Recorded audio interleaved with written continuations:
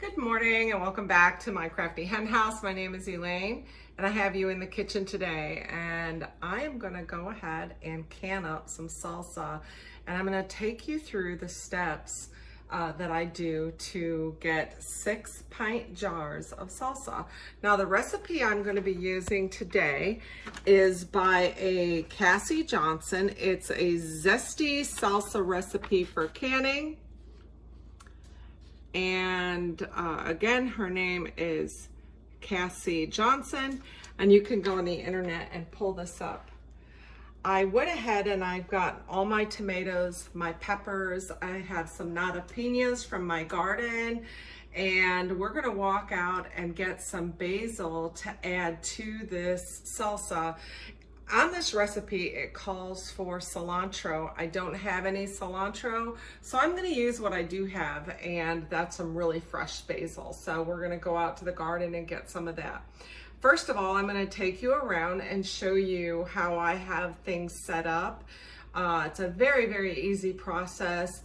Most of your time is spent prepping and getting your kitchen set up, all of your pans, boiling your jars, deciding what is most efficient for you to work around your kitchen, and then just preparing all of your tomatoes, peppers, onions, your garlic, any seasoning you want to put in to your recipe, and cooking it down on the stove. So it's a very, very easy process. We're going to use a water bath process for this. And again, it takes about 25 medium-sized tomatoes, and I'm going to go ahead and I'm going to use the Roma tomatoes. I went ahead and purchased a number of these. They were so nice and ripe and fresh, and I said that these would make the perfect salsa, and I'm looking forward to seeing how it tastes. So let's go ahead. I'm going to take you for a walk around my kitchen and show you how I have everything set up. First and foremost, you have to have all of your vegetables prepared and ready to be chopped. I have all of my tomatoes here. We're going to blanch them in some hot water, then transfer them to a very cold ice bath and remove all of the ends and the skin to prepare them for chopping. I have my small bowl of lids and rings getting hot for canning. This will be the big pot that I use to put all of the tomatoes, peppers, garlic, basil, and to cook it down. Now I'm going to try this process of using this food processor and cutting up all of my tomatoes and onions and peppers. This time around, we're going to do one round and see what the consistency is.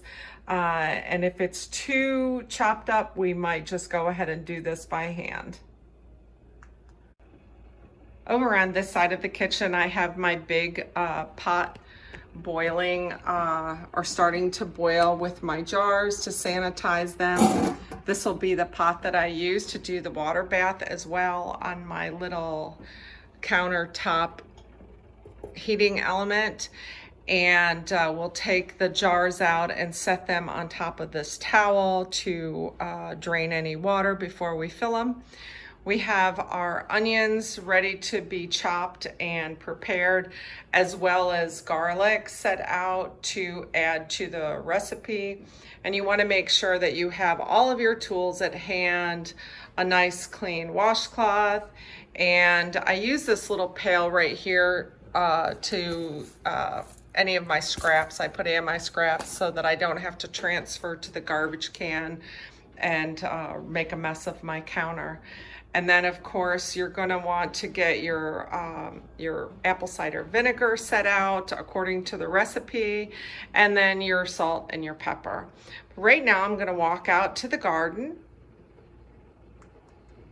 So I'm going to walk out here and we're going to go back to the garden and get some of that delicious basil. My garden is slowing down immensely because of the heat.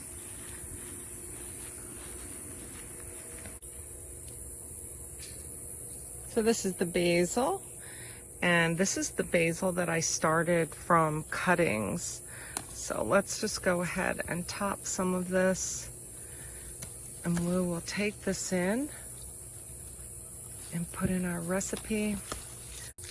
Let me see what other spices I might have growing over here. There's parsley. Oh, that is very pungent. This basil's really nice. Let me top some of this as well and take this in. And while I'm out here, I'm gonna go ahead and get a few more of these peppers that I have. These are Nadapenios.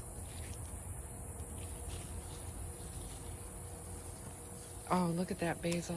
Isn't that beautiful? And this is fresh Italian oregano. Let me get some of this fresh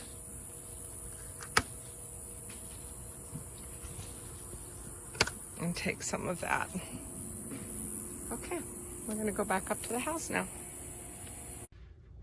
Okay, and we're back in. Look at this beautiful basil that I was able to get.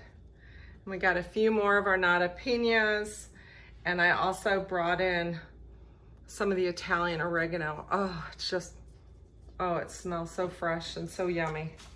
All right, so we're gonna go ahead and get all of these onions, peppers, get the tomatoes blanched and get them in the water, blanch them really quickly in the hot water, remove the skins, and then we're gonna go ahead and put them in the food processor and see what type of chopping we can get with the processor to make our time more efficient and move this process along. So let me get busy on that, and I will get back to you when we get started. What I thought we would do is go ahead and I'm going to chop these onions and into chunks, and then we'll drop them in the food processor. I think I will use the food processor with each individual food.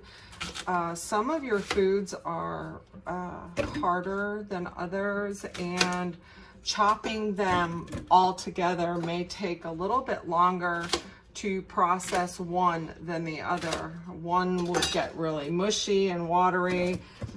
So we're gonna attempt this by themselves.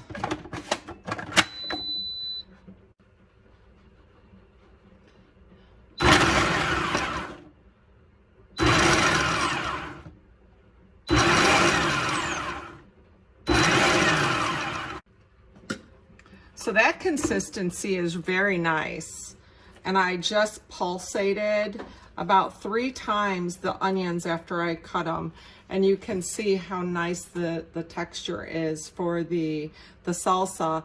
And you're also going to be putting this into your pot and boiling this down. So let me get my measuring cup and we'll go ahead. This recipe calls for 5 cups of your onions, and we cut up 2 onions.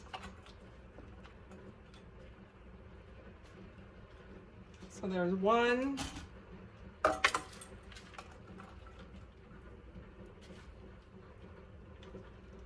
2,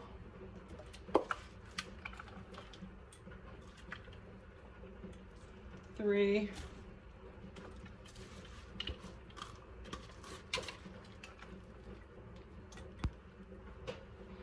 and we'll go ahead and we'll chop up 2 more onions to give us our cups.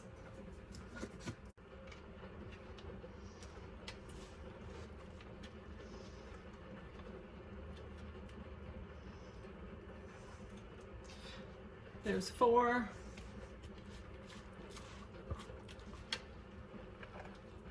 And we'll put in 5. And there's just a small amount left, so we're gonna go ahead and we're gonna add that as well.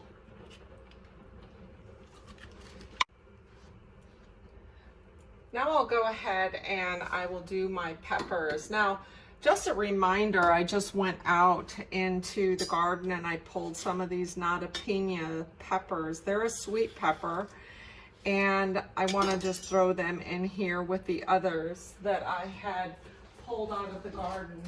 And just a reminder, save your seeds.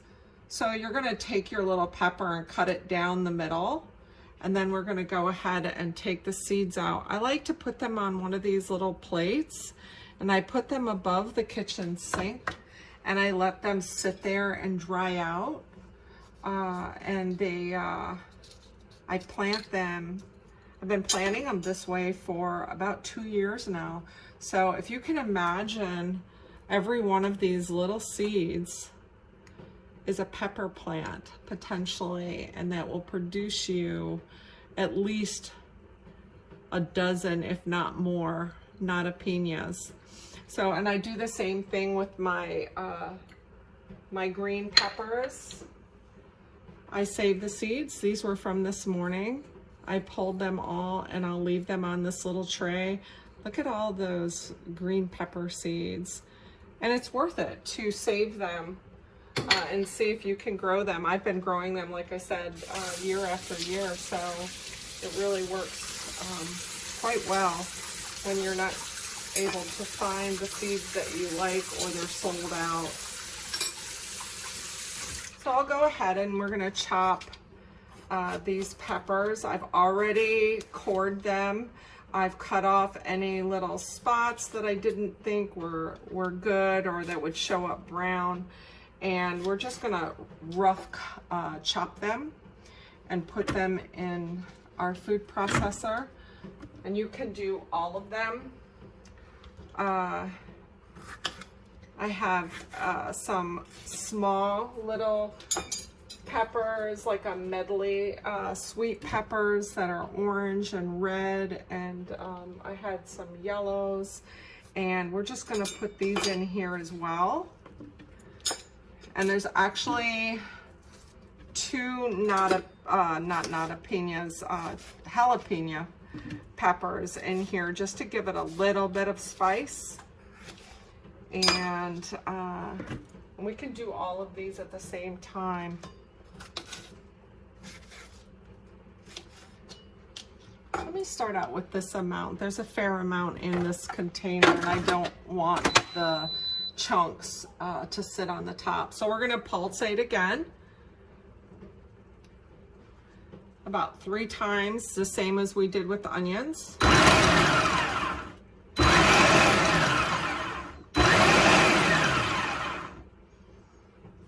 I'm gonna take my lid off and move these around a little so that I'm not getting mush at the bottom.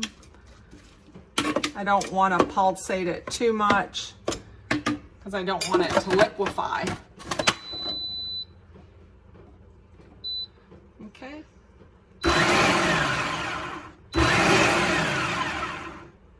And that's about all I'm comfortable with. I don't want it to get too mushy, and that's a really good consistency as well. And this, of course, is going to boil down. This recipe calls for 5 cups of your chopped seeded bell peppers as well. The recipe.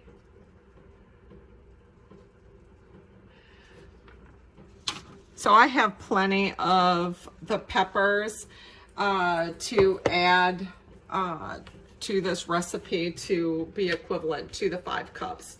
So I'm going to go ahead and add those with the onions.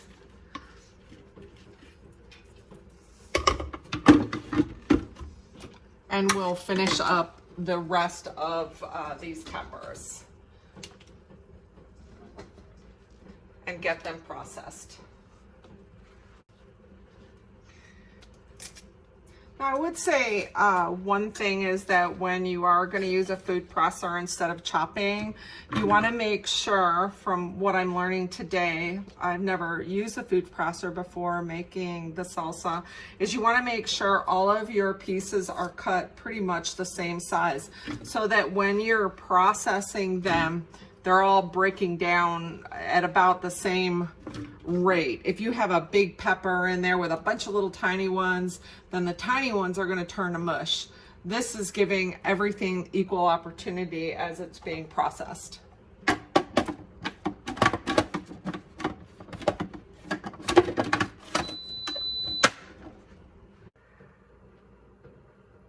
Now the onions and the peppers are in this big pot to be heated up.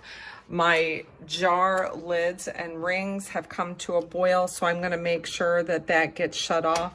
And I'm gonna turn on this front burner and we're going to blanch the tomatoes and get the skins off. And then I'm going to remove my jars from this pot. The water has gotten to a boil and I've turned it down so that I can remove all of my jars. They're all sanitized and ready to go. So we'll just go ahead, we're gonna empty them. And then I will put them on this towel. What I do is I grab them after I remove them and I flip them over to drain them out and to keep some of the heat inside temporarily. So I'll go ahead now and I'll remove all of these jars, and then this pot will continue to boil to accept our canned salsa. While we're waiting for the water to come to a boil, the recipe calls for 1 1/4 cup of apple cider vinegar. So we're gonna get the vinegar in a bowl, and I'll go ahead and I will add my fresh basil, my garlic, and my salt right to this bowl as I'm preparing it. And we're gonna add, it is a tablespoon of salt. And this is a 1/2 tablespoon. And I use Himalayan salt. And the recipe calls for 3 cloves of garlic chopped, and we like our garlic, so I'm going to add 4. And I have this little tool. Some of you may have seen this. I'm sure you have if you've done work in the kitchen before with garlic. And it's so simple to use. I cut off the rough ends of the garlic cloves. And you can take your clove, and they usually have like a paper film that's always so hard to remove, and you put it right inside this little tool and roll, and your garlic will come out with no paper on it, like this. And so you just want to keep doing that with all of your cloves, and then we're going to go ahead and we're going to chop them. We'll put that in there, roll it. That will remove all that paper, and you have a clove with no paper. And go ahead and chop up your garlic. And then we're going to take the fresh basil off the branches, and we'll go ahead and we'll add that to our bowl, and then the entire mixture will be added to our peppers and our onions. You can use pre-chopped garlic if you prefer, or you can use a garlic press. It's strictly up to you, whatever you'd like to do. to get the most flavor. All right, there's our bowl. Adding our garlic.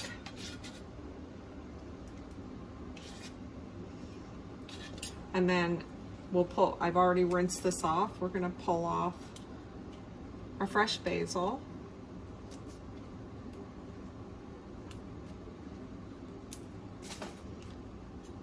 And we'll go ahead and chop this up and get this into the pot as well.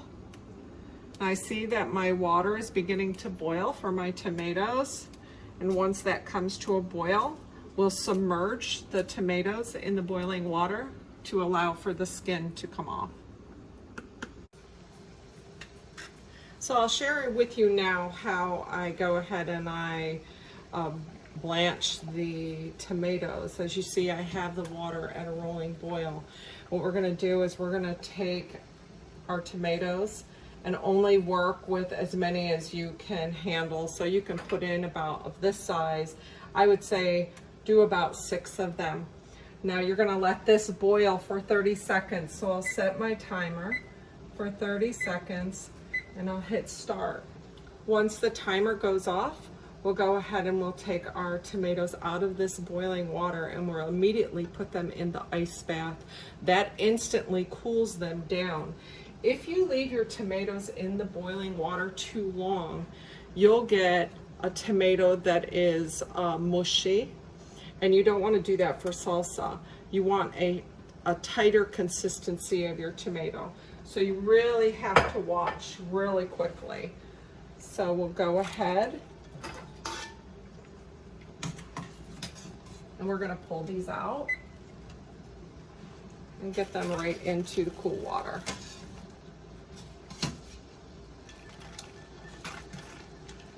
And that'll cool them down and it'll keep their consistency. And I'll show you just how easily they can be peeled once you do that process. So you're just gonna cut off the end and we'll go ahead and we'll cut off this other end. And the skin will actually peel right off. And then that eliminates the entire process of having to peel your individual tomatoes. And we're just gonna go ahead and put it right back in the cool water. Again, gonna cut into one end, cut into the other end, and then just go ahead and peel off the skin. It makes it so much easier and efficient to get the skin off. It might be a little difficult, but that's okay because you don't want your tomatoes getting real mushy for salsa.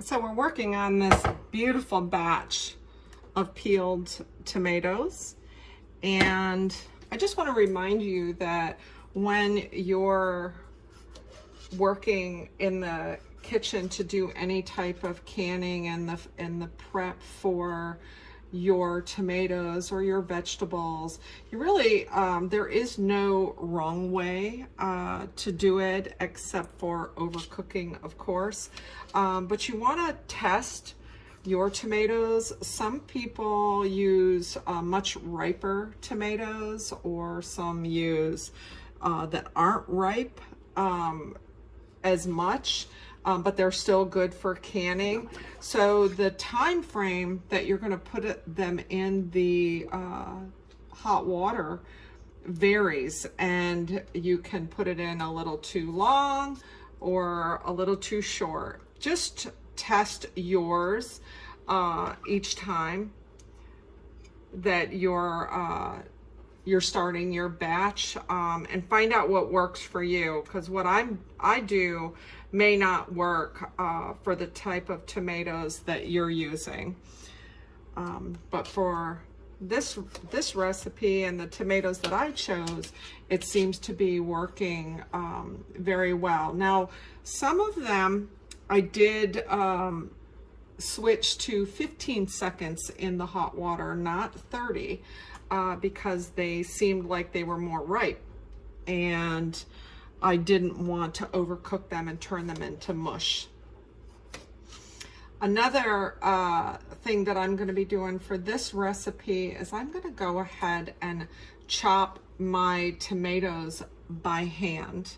The reason for that is I don't feel comfortable putting them through the food processor. I think that the food processor would just more or less liquefy them, and I want to keep them nice and chunky.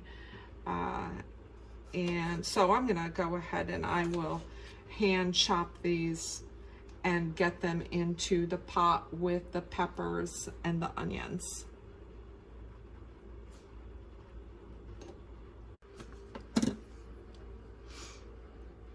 The way that I'm going to cut up these tomatoes, very simple.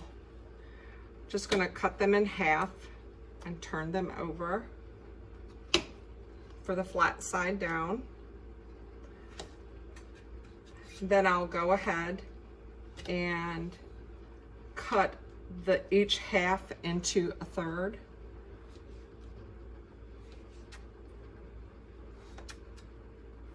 I like the tomatoes cut a little bit chunkier. You could do a half for the smaller ones, or you know, if you want them more chopped up, it's strictly your preference.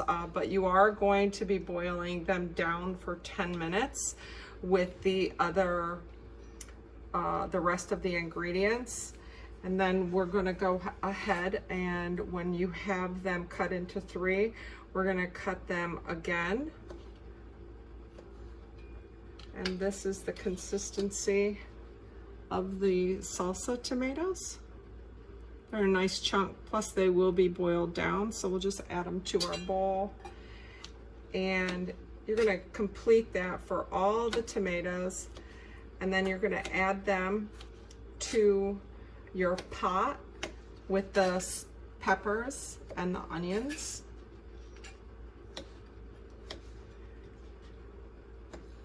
And I find using one of these chopping knives or a spatula works very easy to pick all these up and get them in your bowl.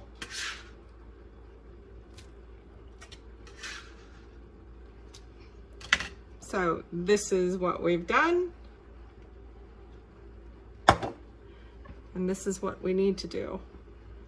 So I'll get busy chopping these all up, then we'll get them into the bowl or the pot with the peppers and the onions, and I will show you what that looks like.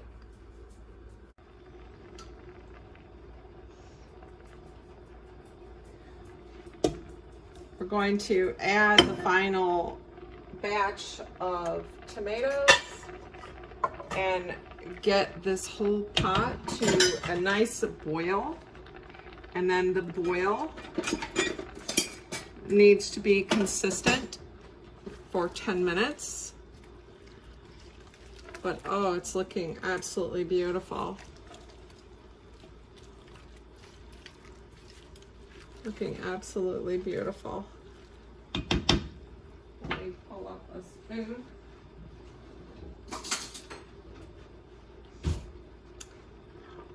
It's got great consistency.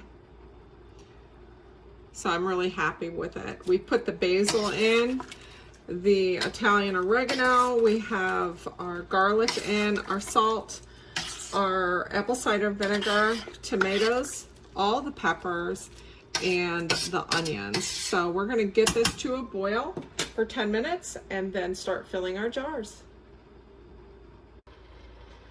So we've made it now to our final steps before we water bath, and that is filling our jars. We are using pint jars, and we're gonna fill them a ½ an inch from the top, and then we will take a nice clean wet rag, and we're going to clean off any residue after we fill them from the top, add our lids and our rings, and then put them in the bath and they're going to go ahead and get to a rolling boil and process for 15 minutes. So let's get filling, and we have our little funnel.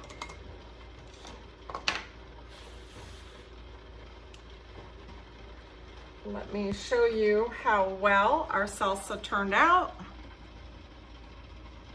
Absolutely beautiful. So we're going to go ahead and we're going to start filling each one of the jars.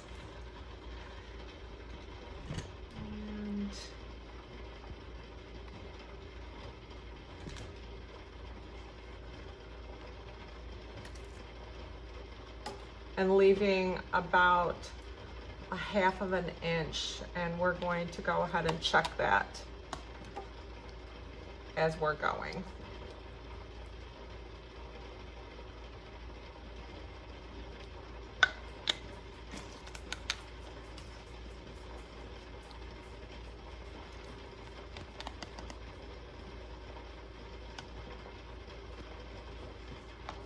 You also want to remove any air bubbles that are in your jars by going around the edge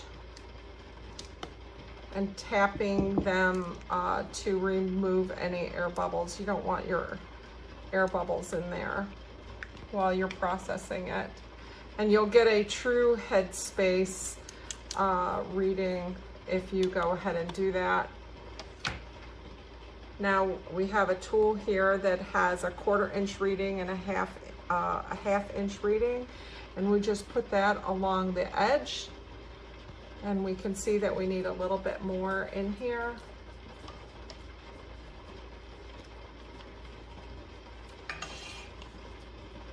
Again, tapping to remove any air. And we'll use our measuring tool and measure down a 1/2, and we're good right there. So that is about at this ring, when you look at it straight on, about a 1/2 inch. So let's go ahead and fill up all of our jars and get them ready to go in the canner. And we are done. The salsa turned out absolutely terrific. We have our jars in the boil bath. We're gonna bring this to a boil and let that go for 15 minutes and process those. And then we have 3 more that we're going to put in after this set is done. The salsa turned out really, really good. We only have a small portion left, which is terrific. We ended up getting 9 jars, 9 pint-sized jars, so I'm really, really happy. But I hope that this process really simplified making salsa and canning it using a food processor. That was my first time using it for the onions and the peppers, and the tomatoes, of course, I decided not to. I cut them up by hand because I wanted them not to be so mushy, more chunky. But it worked out really, really good. We went out and got some fresh basil. We have garlic. We put some Italian oregano in there. So it's really, really came out wonderful. So again, I hope that this was helpful to you and that you take the opportunity to make some salsa from your kitchen. Until next time, thank you for joining me. Like, subscribe, and hit the bell if you want to be notified the next time I put a video up. And God bless.